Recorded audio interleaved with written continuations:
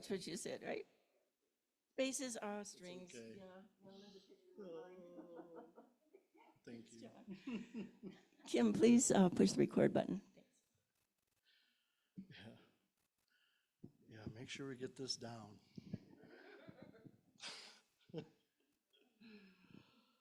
Oh, well, good morning. How are you? It's very good to be here. Can we give Annie and one voice, one more hand? That was. I haven't heard Om Shanti in a long time. I was never able to pull that song off, but you guys pulled it off really well. Yeah, that was amazing. It's good to see some new faces here. It's good to see some old faces here, friendly faces. Uh, Thanks for being part of the Unity community. And yeah, as Carol said, my name is John. I was the music director. Yeah, I'd like to talk about heart spaces today. And I'm going to share a little bit about heart spaces, but I feel like most everyone in here has done the work to understand what brings you into your heart spaces. It's a place inside of us, and all of us can go there whenever we choose. Just like with God, with Spirit, with Source, we can go there whenever we choose. But certain things, our external environment and the people we surround ourselves with also have an impact on this to bring us into our heart spaces. So my goal with this talk is to help you to kind of identify, oh, what's working for me in my life to bring me into my heart space? What's not working for me in my life? Who are my heart space ambassadors? Who am I mentoring in heart space activities to help them be their empowered self? Because that's really what the heart space is. It's a place of empowerment. And I'm going to come back to that. In 2017, Reverend Stu asked me to become the music director here at Unity at the Lake, and that was when we were over on Rufus Island.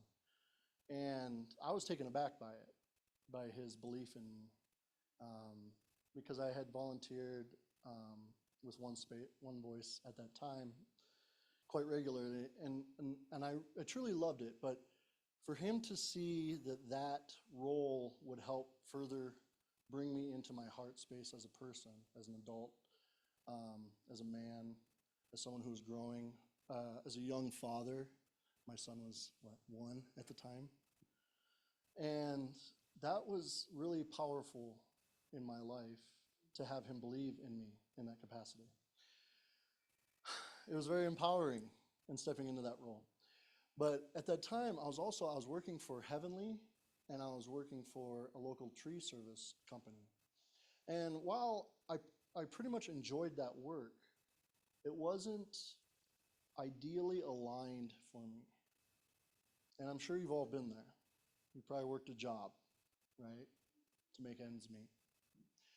And I feel like as we move along on the adulthood journey, we get pulled into our heart space, into more wanting to be in that empowered, authentic, vulnerable, open, joyful, free, expansive space that is our heart space. And so it is our intuition that calls to us. And I've been playing music professionally, since I was in college, like in my early 20s. But there was an opportunity to move more into that realm and play up here in Tahoe for all the tourists. And so I was kind of tired of the Heavenly job. I was kind of tired of the tree work job, and it was really dangerous, actually. And I kind of had some moments that said, maybe this isn't for me. And the good people in my life, the people that really saw me, the good people in your life will always tell you what your potential is. You just got to be willing to hear it and listen to it and take action. They'll be like, oh yeah, I can totally see you doing this, or I see you doing this, or I see you as this person.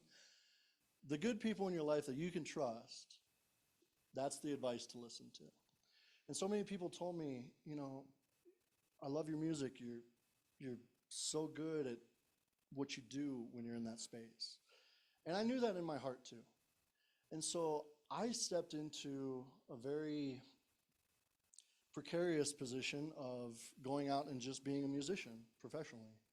and making it happen and leaving behind the ski resort and leaving behind the tree work job and moving into having my own business in that sense.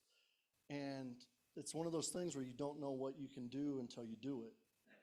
And I think Reverend Stu having the courage and the confidence in me, asking me to become music director, kind of snowballed this happening. And so I did it, and I did it for years. And I remained as the music director here. And I tell you, in 2019, right before the pandemic, I was thriving. I was music director here. I was harmony here. I had this beautiful community to come to. I could go down to the state line and the venues in town and play for the tourists and just be in that space and express creatively and earn an income, being my authentic self and interacting with people and sharing what their trips and their life and having them tell me stories and sharing their experience with them. And it was a very beautiful thing. But everything has a shelf life, as we know, even the good. The good has a shelf life too, and change happens. So I just wanted to kind of open with that and share how that experience really brought me out of my headspace of I have to do this to my heart space of being empowered and knowing that I could do it. So maybe think about a time in your life where you took that leap of faith and believed in yourself and you were empowered by someone. And you can just reflect on that for a moment. I'm sure you all have those.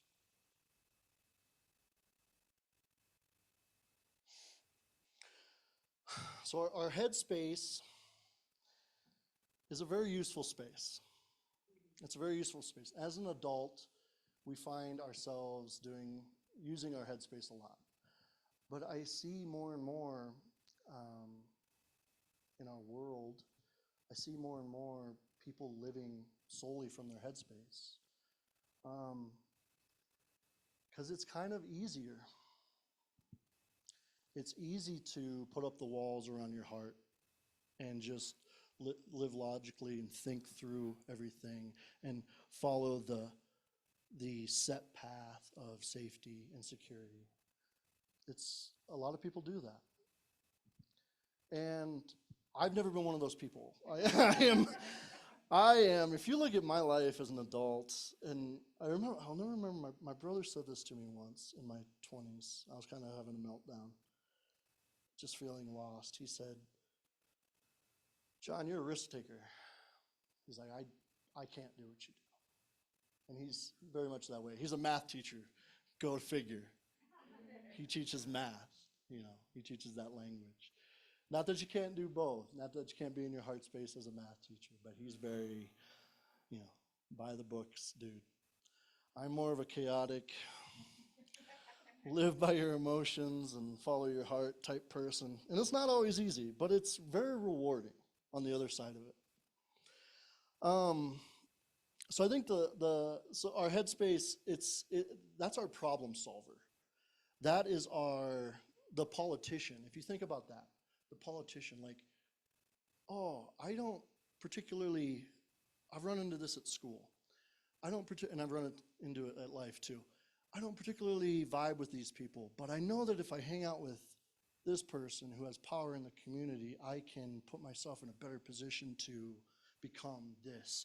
And that'll make sense financially, and that will help me climb the corporate ladder and become somebody with a billboard in town, or someone in a city council or something. There's that side of that. That's headspace. So you don't see a lot of politicians living from their heart space. Because it's kind of hard to do. You got to have those connections, I think, for that thing. It's also the worrier and the pragmatist. This is where our ego lives. And our ego's job is to help us stay alive, essentially. And this brings about a lot of worry. How many of you feel like, or have caught yourself in the last year feeling anxious about anything? About anything? Do you know there's people that just function on that? They just live in that sympathetic state, like day in and day out. Like I've met a few, and it's very alarming. Um, we all do it, not to condemn it. The headspace is very useful to use from time to time, and to keep us out of harm's way, to use that fear to move us into a safe space. Okay, that's fine. But the problem that we have is we get so deep into our headspace that we shut down our heart space, feeling like we can't have both open at the same time. And I feel like we do that subconsciously. I feel like we do that without awareness. And we just live in that headspace, problem solving, worrying, planning, scheming, politicizing our lives to be around people that are going to network us into the next level, whatever that is. We do that as a society. How many of you learned growing up, you put your head down and you work hard for 40, 50 years, 30, 40 years, whatever, and then you can retire, then you can have fun. Yeah, you can do it. I've seen people do it. But why would you put off those activities and connections and heart spaces that you can create in your community and in your life for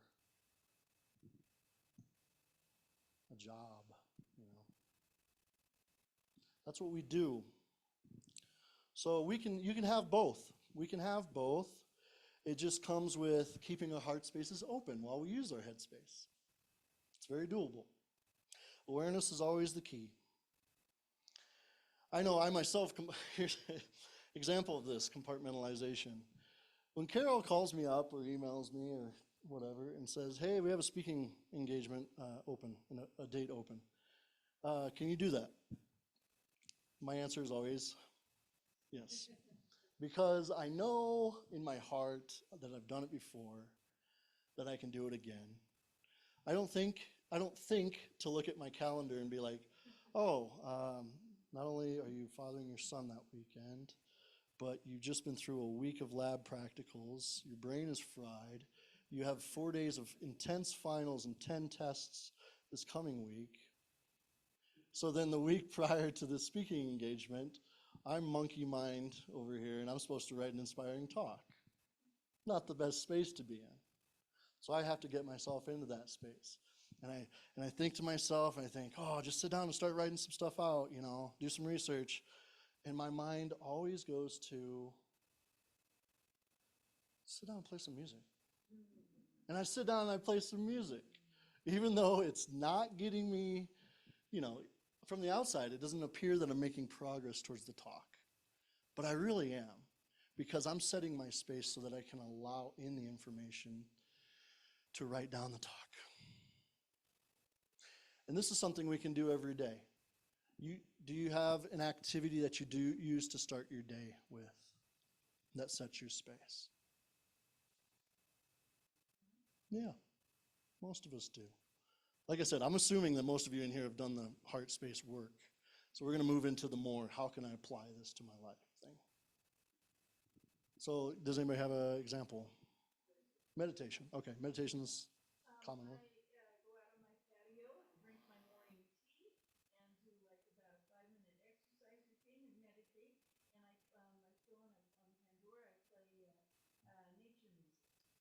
Very good.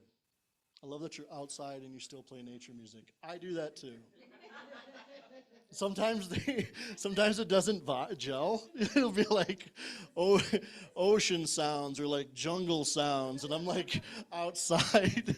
I'm outside in the Bay Area or even up here, and it's just like, caw, caw, like, or like monkeys or something. Sometimes the birds sing along with each other. Yeah, that's a very good one. Any other morning rituals to set your day? Walking the dog. Walking the dog is a good one. Good service activity. Yoga.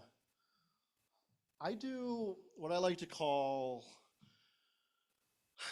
dad hobbit yoga, where I'm in the shower and the hot water's coming, and I just turn around and I let the water hit me on the back, and I just go here, and I just stretch this out for like, and I take big, deep breaths, and I just bring some oxygen into my body. That's a good one. Anything else that you do? What do you do on your day off to start your day that differs from your day on starting your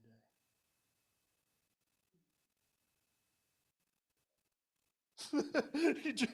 Mike enjoys his coffee on his days off. That is so true. Coffee is a good therapeutic meditation.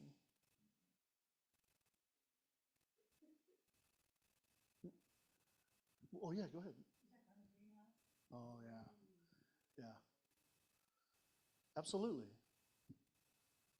And those are activities that bring us into our heart space. And, and when you're living from that empowered, authentic space, you go out and you light up the world. You're striking up conversations with people you've never met. You're being, what's the thing that I see in myself is I am way more generous and giving when I'm in my heart space. When I'm in my head, it doesn't even come to my mind to be generous sometimes. So that's a good place to live from. So I'm going to chiropractic college right now. It's a pretty intense program. It's 7:30 to 5 every day, Monday through Friday. But it is a place that I find myself, I love going to. If you looked at that from a logical, like, if I told my brother the reality of my life, he'd be like, this. No, like, don't do this. But from my heart space, it totally makes sense because I enjoy the people I go to school with. We have fun. We're all there sharing a common goal. I get to feed my headspace with information that I'm taking in with the intention of sharing it with people down the road and changing lives. I get to have my hands on people a lot of the day. These are powerful. We're touching each other all the time. I come into class and my buddy's freaking out about an exam. I just put my hands on his shoulder. I might massage him a little bit, just kind of let him know that he's there. He is supported. I have his back.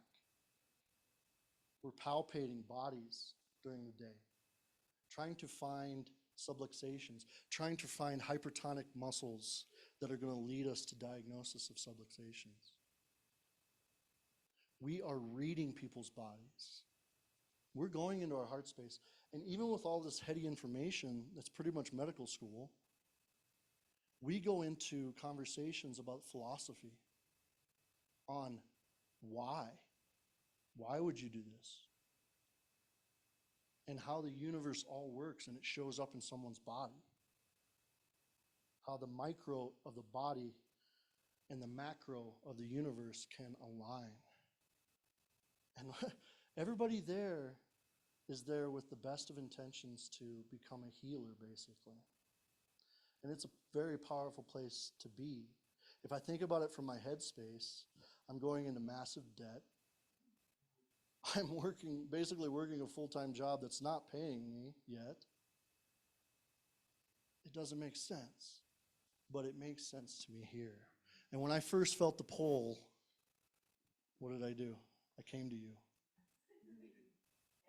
And I said, yeah, and she said, do it. And everybody I talked to Annie about it, I talked to Reverend Stu about it.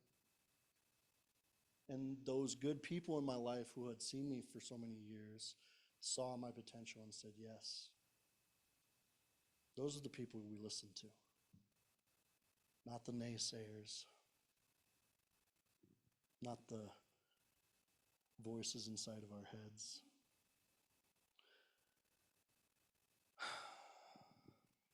So our hands are very important. You know something I love to do, and maybe some of you can relate to this. I love to put in my earbuds, go to the grocery store with an intention, with a meal in mind that I'm going to build. And I'll be listening to, nature sounds or some kind of meditative music. And I just go into that zone and I peruse and I pick out my vegetables and I pick out my starches and I pick out my proteins and I figure out a fruit thing and I figure out, oh, what would complement this? It's a creative process. And I take it all home and I lay it all out on the counter and I get out the cutting board and I get out my very sharp knife and I start chopping and dicing and thinking about how I'm going to orient this food to best cook it and to best present it for eating. And then I become a chemist, and I use water, and I use heat, and I use the chemistry of the foods, and I cook it, and I have to balance those. But it's not from here. It's from here. It's a creative process. I'm using my hands the entire time. How many of you like to do that? Do that for yourself one night. If you're someone that doesn't do that. And maybe you'll say to yourself, I'm not a cook. Okay, fine. Do something creative like that, where you're building something. And it's great when I'm doing it for myself because I can have kind of like creative freedom, because I know what I like to eat. But it takes it to another level when you're actually preparing food for other people as well. You got to think about their wants and their needs and presentation and all of that. That's a nice process. And you get to use your hands. Juliet, you use your hands every day. How many of you use your hands every day in your endeavors, or whether you're retired or working?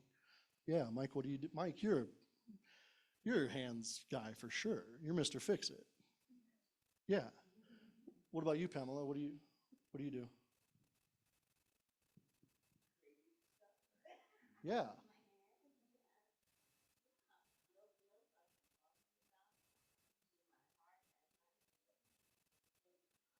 Yeah.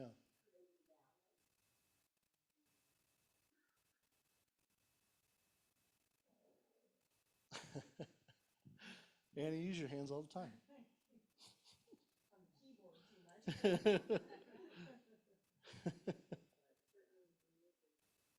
Music is a natural. That's why it's so powerful. Okay, you're on the piano, magic. She was playing earlier, and I was like, what is that? Is that a song you've learned? It's a song I'm writing, she said. She's writing songs on piano. Luca writes songs on piano. And he can play the Jurassic Park theme like nobody's business. So we're learning, okay, heart space is empowering.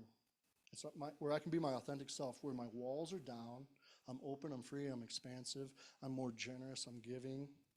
I can use my hands to get into my heart space pretty frequently, pretty easily. I can create. Creativity is a huge part of our lives that gives so much back to us, especially when you're creating for other people. There's a movement happening now. It's been happening for a while. The side hustle movement. That's pretty much what I did with my music. I was working 2 jobs. I said, I'm going to play music until I don't have to work these 2 jobs anymore. I'm going to step into that role, and I'm going to be a musician. A lot of people my age, like the elder millennials, the millennials, are working their job or their career to pay their bills, using that headspace, but also in their free time, they're creating things. Etsy is huge. My mom makes quilts. They're creating things from their hands because it's a passion and it feeds them. And a lot of people are leaving their jobs and doing these side hustles full time because their passion is feeding their income. And that's a very beautiful movement, I think, that I'm seeing with people.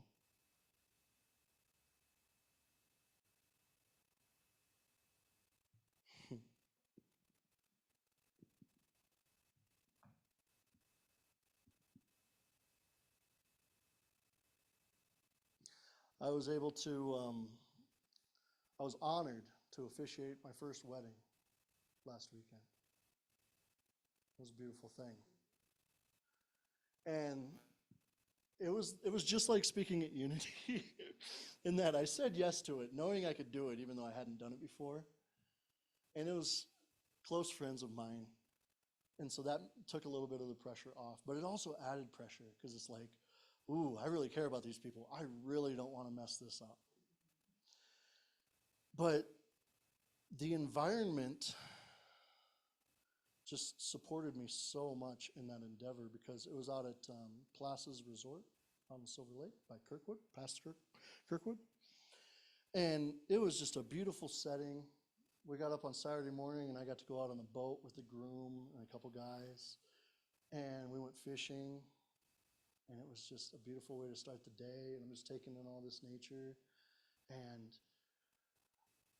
that kind of set the space, got me into my heart space, and I could go into the cafe at lunch, and I wrote down the order of operations and everything, and wrote down a nice prayer to share at the beginning of the wedding service. And everything flowed so beautifully. And if you asked me how I did it, I couldn't tell you how it came off so well, but the intention was there.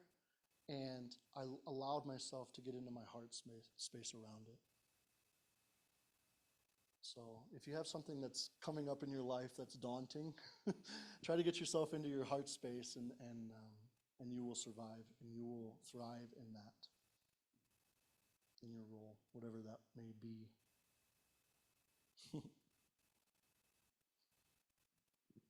I had one more thing I wanted to touch on.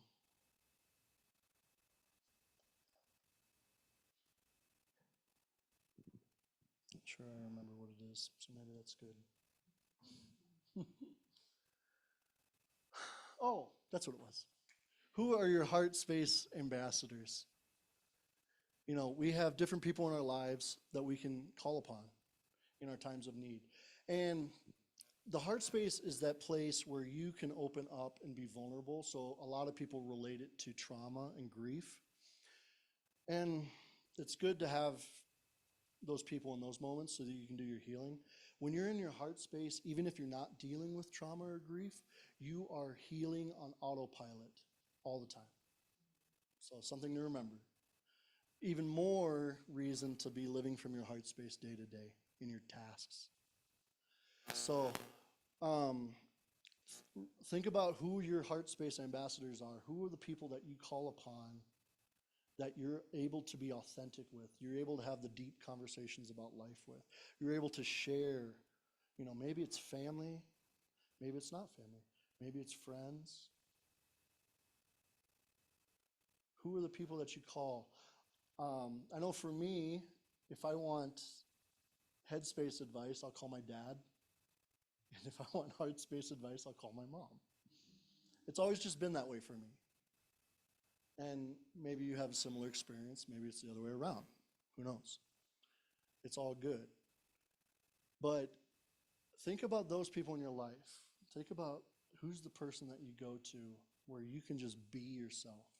You don't have to worry. You don't have to be in your head worrying about misstepping or, you know, showing up in a certain way. We all have those places in our day to day. But let's move more into creating an authentic life where we can live from our heart spaces and be authentic and empowered. Let's support local businesses from passionate small business and, you know, builders and business people who light up when you come in, who really, really, really, really hold gratitude for you giving them business. That's the people I want to support. Starbucks doesn't need my money, and I don't want to give them my money. I want to give my money to my buddy down the street who goes to South America, sources his beans, brings them up here, roasts them himself, always says hi to me when I walk in, and usually gives me a free coffee. That's who I want to support. That's my heart space coffee place. And when I open my chiropractic practice down the road, that's the kind of space I want to create.